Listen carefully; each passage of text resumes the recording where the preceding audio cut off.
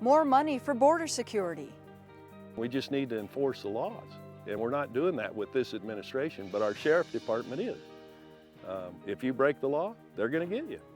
What boots on the ground and ranchers think. I think Border Patrol can handle the border. I don't need to worry about the border. I need to worry about Pima County. From the U.S.-Mexico border, this is Arizona Week.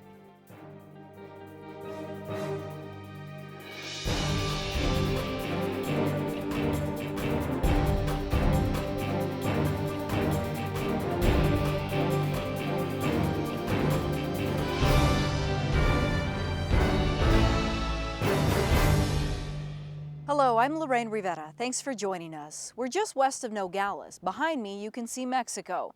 Earlier this month, Governor Doug Ducey allocated more funds for two border counties for border security. Yuma and Cochise counties combined will receive just more than $500,000. That figure, though, significantly less for Santa Cruz County. And Sheriff Tony Estrada says he's disappointed. All of us are really concerned about the fact that we're being ignored. We're being ignored, and they're actually throwing crumbs at us. They're throwing whatever is left over down to the border. I think that's an insult. That's an insult not only to the residents, but everybody that visits the border and our neighbors, our friendly neighbors across the line. So hopefully this message will resonate with the governor, and they'll come up with something to help us out, because I think it's important that they do. And if they don't, and if they can't, then I wish they would stop saying, we're going to put resources. We're going to make sure that the border is more secure, because they're not doing that for us at this time, at least not for Santa Cruz County. Sheriff, you're saying this is the smallest county along the border. Right, with Mexico. Bordering with Mexico, we are the smallest in population and in land. Obviously, Yuma's a lot bigger, Pima's a lot bigger, and so is Cochise. But not only are we the smallest, we're the poorest as well. And obviously we have the biggest metropolitan community on the Mexican side without any buffer zone. And we have a third world country on our backyard, which is 10 times bigger than we are. The dynamics can be overwhelming.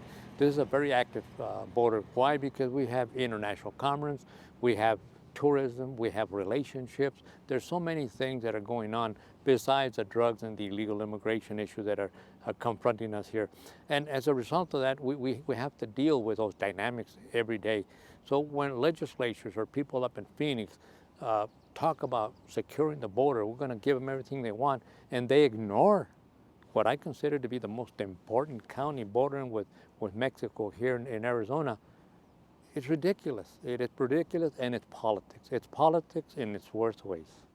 When you talk about this, you're simply stating the facts, that this is the busiest corridor for crossing, whether it be drugs or human smuggling, yet you don't get as much money as some of the other places. The only way that you can justify that is it's got to be politics. It has to be politics. Obviously, they have a stronger voice. We're a Democratic county, and mostly Hispanic county. I hate to think that it's discriminatory or there's any racism there, but we seem to be ignored.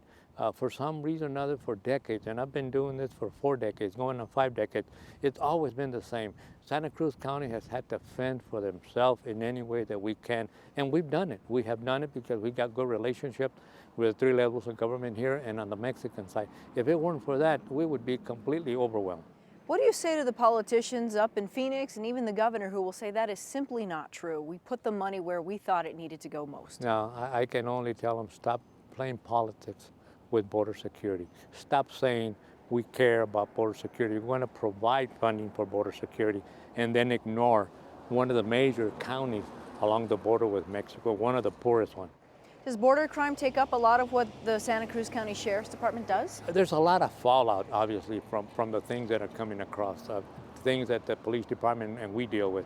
Primarily, the issue deal with is smuggling in the remote areas. Not necessarily that we're out there, but we get calls about people being assaulted, women being raped, people getting lost, people dying. So we get all that fallout from everything that's happening along the border. That's kind of the negative thing.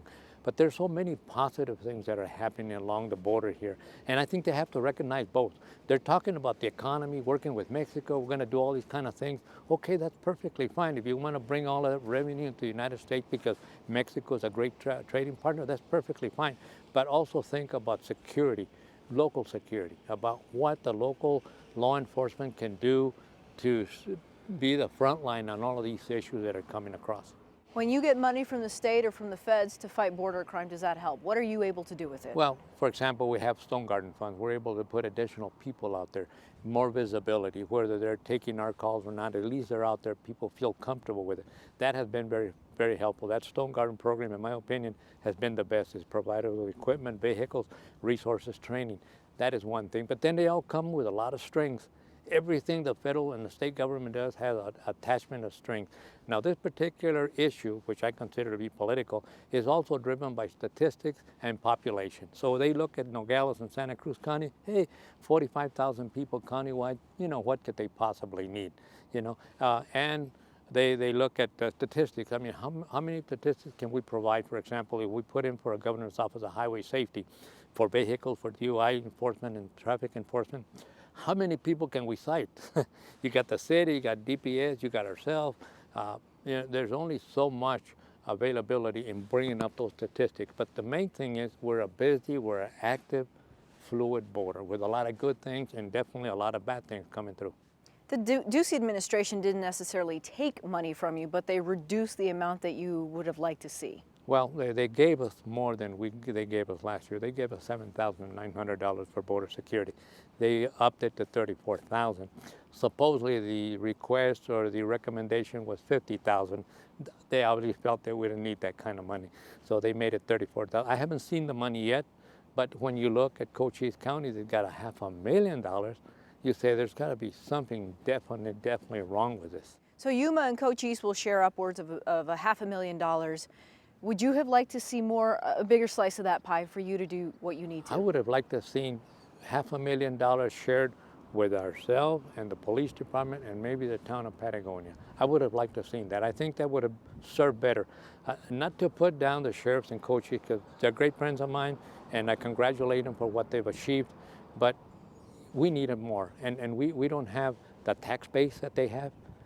We don't have the population that they have.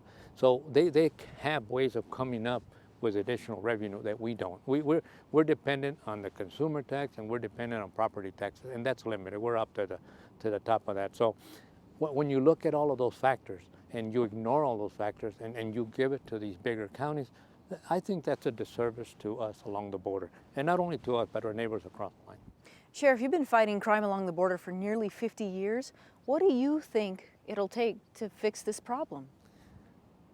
Maybe have Arizona become a Democratic state instead of Republican, because they're never going to help us.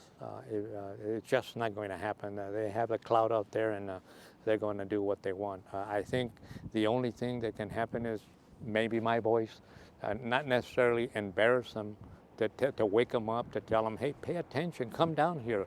Find out what it is we're grappling with, the budget, the economy, the issues along the border. If they could realize, but that doesn't seem like they care. It doesn't matter to them. It only matters what happens around the great state of Maricopa. Ranching families along the border in Cochise County say tighter border security is a plus. Rancher John Ladd's family has been running cattle for 4 generations along the international line.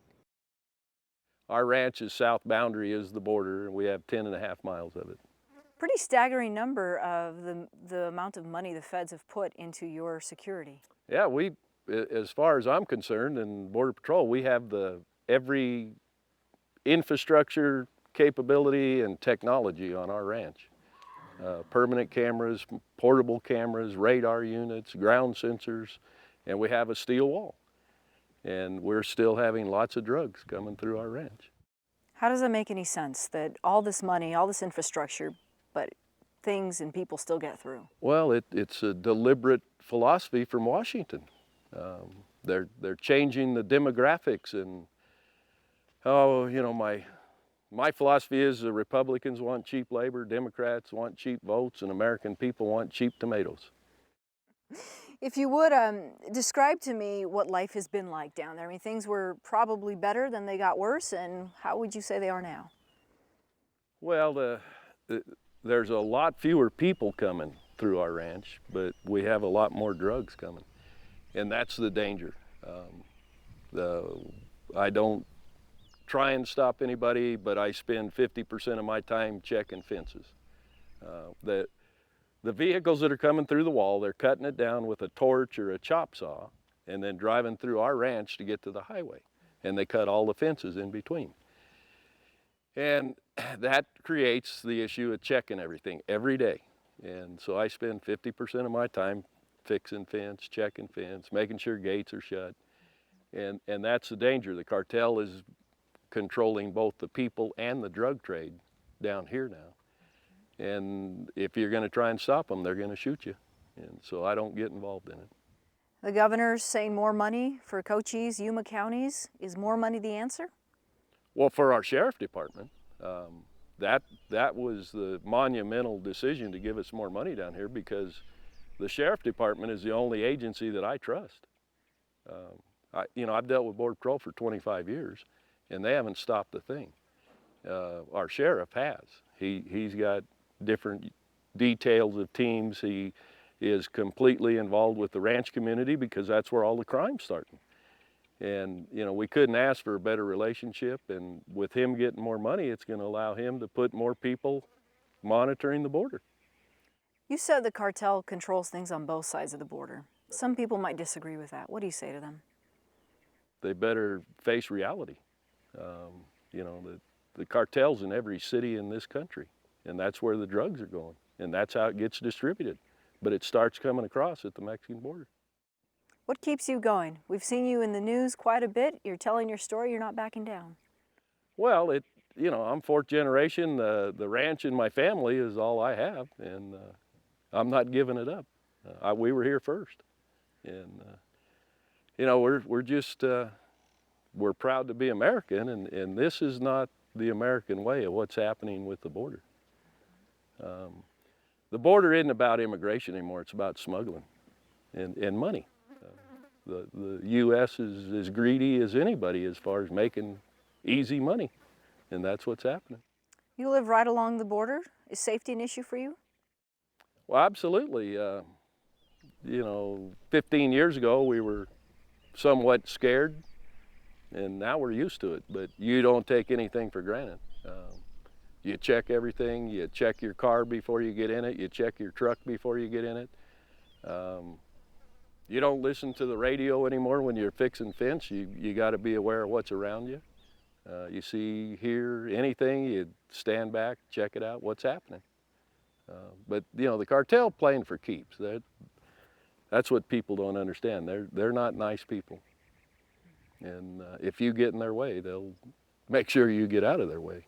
What's the difference between the Border Patrol and the county sheriff when it comes to you and what you need from them? Well, the Border Patrol is a federal agency that is under Homeland Security. And Homeland Security and within this administration, they have completely disrespected all of the laws in order for legal immigration and people to become an American citizen.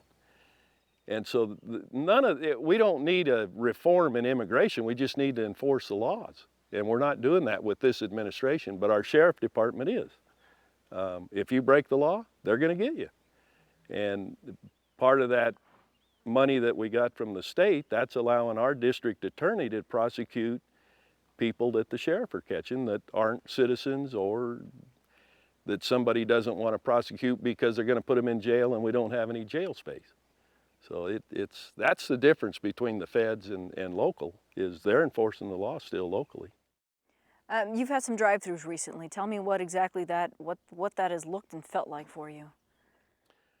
Well, in the last 10 days, we've had 3 individual drive-thrus.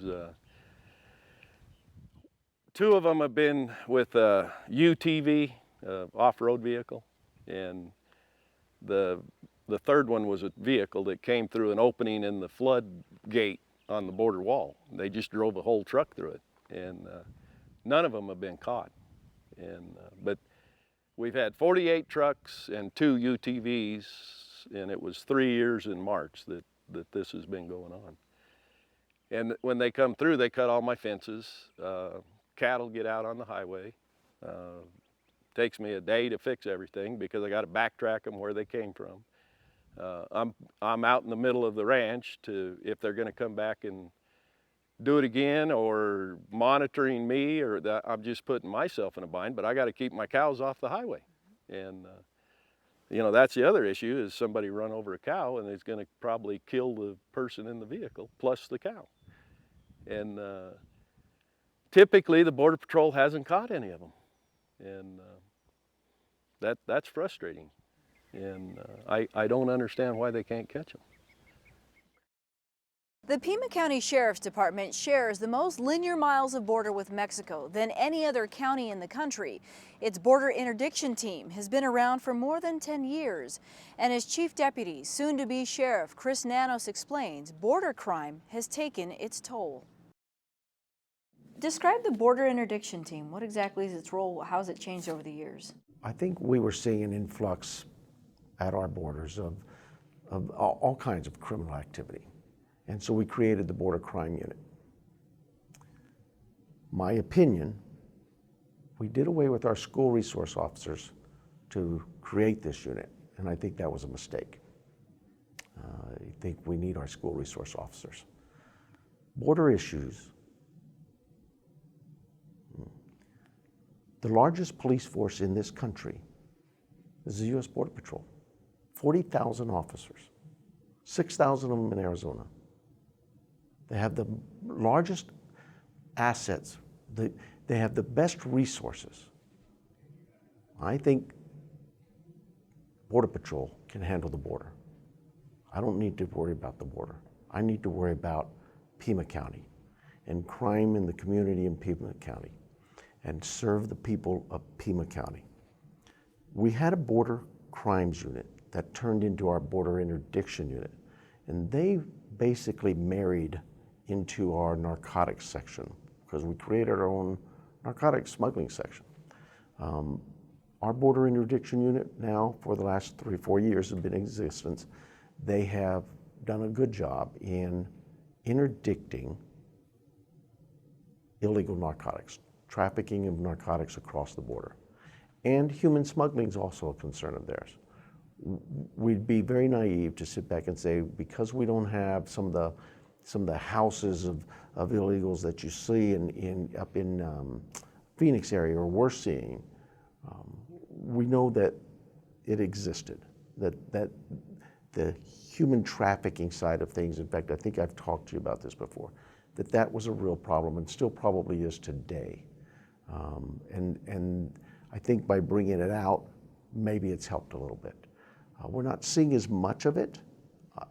I don't know if it's just deterred it to other areas, but as a Pima County Sheriff's Department, we certainly still see the narcotics flows, and that's an ebb and flow type thing. And every now and then we come across somebody who's in need, who's been trafficked.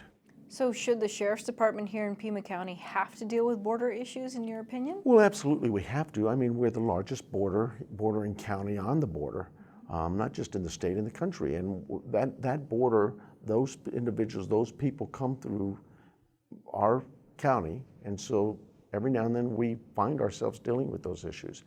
But we're dealing with issues that, in my eyes, are criminal in nature. You may be trafficking narcotics, so we're going to arrest you and charge you for the narcotics and deal with those issues. Or you may be a victim of human trafficking. Maybe you were coming through and someone raped and robbed you. As bad as it is for those migrants who come through the border and through our deserts areas, oftentimes they are victimized. And so we need to respond to that and be able to provide them the same victim services that you would anyone who was raped, beaten, or robbed. And so, yes, we deal with a criminal element of the border, but we don't deal with the border issues. Building a fence and securing your borders and those types of issues, that's the federal government's issue. That's not my county's issue. If they want to pass laws or spend their money that way, God bless them. Do what you want to do. But I'm more concerned about the crime in Pima County and those who are victimized, whether you're here lawfully or unlawfully. If you're a victim of a crime, you still demand services and should get those services. And Pima County currently gets funding from the state for border security or border fighting. For dealing with the border issues, yes. And some money was removed for other counties? It's been reported to us that we have lost it. I've learned what you've learned. I've read in the paper, Governor Ducey removed $108,000 from us, that he was funding us over $700, and now it'll be about $600,000. And that's fine. The strongest portion of that money was going to salaries for our border interdiction unit. The remainder, maybe that $100 to $108,000, was equipment. We'll see what we do with it and how it impacts us. I don't think it has that great of an impact. And so earlier you mentioned the Pima County Sheriff's Department removed its school resource officer program to create this unit? Years ago, yes. Yeah. And in your opinion, that wasn't the best use of resources? No, because, you know, and it's just my opinion. When you have budget cuts all the time, and that's what this came to. There were some decisions had to be made of how do we deploy. SB 1070 came out. We're going to be sued if we don't comply. So how do we deal with those issues? And where do I get the staffing to deal with those issues? So decisions are made a lot of times for no other reason than budgetary. We've got to do this. And I don't have the staffing to just create a unit. So I now need to take from others. So they shut down the SRO program and created our border crime unit. And today, we're fortunate enough, I guess, to be able to look back and go, no, we're not going to do that. We're still going to send school resource officers into the schools. There's a need for that. I say it everywhere. You want to impact crime in your community, you have to be involved with your youth. Some 20 miles north of the border in Cochise County, rancher Fred Davis says safety on his land has improved, but it wasn't always that way. We've been ranching in Cochise County since about 1875. You're fourth generation? Fourth generation. You say you're about 25 miles north of the border here. What's that been like for you? Well, in years past, it's been horrible. We've had tremendous numbers come through this ranch. We turned 107 over to the Border Patrol in 24 hours within a mile of right where we're standing at one time. They killed my cattle, tore up my waters, broke floats off, left all the gates open on the ranch, let cattle into the highway. It's been hideous. And then things changed? They have. We got a respite when the Minutemen came in '05, and it changed the patterns of the people smuggling. The cartels started smuggling the people, and now this neighborhood is too wide open. The cartels won't bring their drugs through here, so they've scattered out into more mountainous terrain. That's a good thing for you in your home life here on the ranch, but it's still your property in the surrounding area. Exactly, and I've got lots of neighbors that are suffering the same things I did 10 years ago. Do you worry about your safety? Yes. How so? Well, Rob Cruz was a very close friend of mine and a very careful man, and he was killed. I don't plan on ever getting within gunshot range of an illegal if I can help it for the rest of my life. Do you take extra steps around your ranch for your personal safety? Absolutely. I carry a gun all the time. It stays on my pants. I sit in my easy chair with my pistol on. 25 miles north of the border, for some people that might seem a bit far, and they think maybe your steps are a little outrageous. They can come stay here with me. They'll see. My wife backs the car into the garage so that somebody can't slip in behind her if she drives in forward and hide in the garage while she shuts the door. We used to have to clear our house, check for broken windows on the outside, go through the rooms with a gun and clear the house when we came home at night. There's people still doing that I know well. The governor allocating more money for Cochise County, which is where your ranch is, a good thing, a much needed thing? Absolutely, absolutely. That will permit the sheriff to do a lot more. The Border Patrol seems, I don't know if they're inept or corrupt, but their track record in Cochise County is dismal at best. For people who maybe watch this from their city life and can't really comprehend what it's like for you out here, what would you say to them about all the controversy surrounding immigration, whether it be legal or illegal? Immigration is a complete separate issue than border security. And that's what we have to have before we can talk about immigration. Anytime Washington talks about immigration, it sends a big message to Mexico: hurry up and get in because we'll be legal. And here they come in huge numbers. We have to seal that border and then decide about the immigration issues. You've been around this area your whole life. What do you think will work when it comes to border security? Put the agents on the border.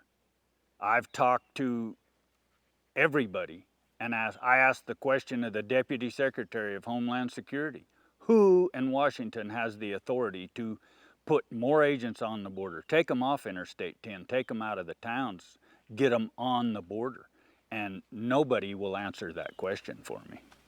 Will this issue always exist here in this area? Doesn't have to. The border could be secure. You put the guard on the border, you put the agents closer, and we're not advocating put every agent on the border, but they go and they sit and they leave their air conditioning running in their trucks and take a nap while they're at work, and that's not securing the border. You have a good relationship with the Sheriff's Department. Are you do. hopeful that maybe this extra money just helps increase the funding to make your life a little easier? Absolutely. That money was at first allocated on a basis of population, and obviously Maricopa County got the lion's share of the money. And then our sheriff had quite a visit with the governor, and that got changed somewhat, and some of the counties on the border got more money. And like our SABRE team is very effective, which is the Sheriff's Department and DEA and Customs and Border Patrol agents working together to interdict drug traffickers. And if they can go further with that, it has to help. And that's our program. Thanks for joining us. Be sure to watch us next week in our new time slot, Friday at 8:30 in the evening. For all of us at Arizona Public Media, I'm Lorraine Rivera.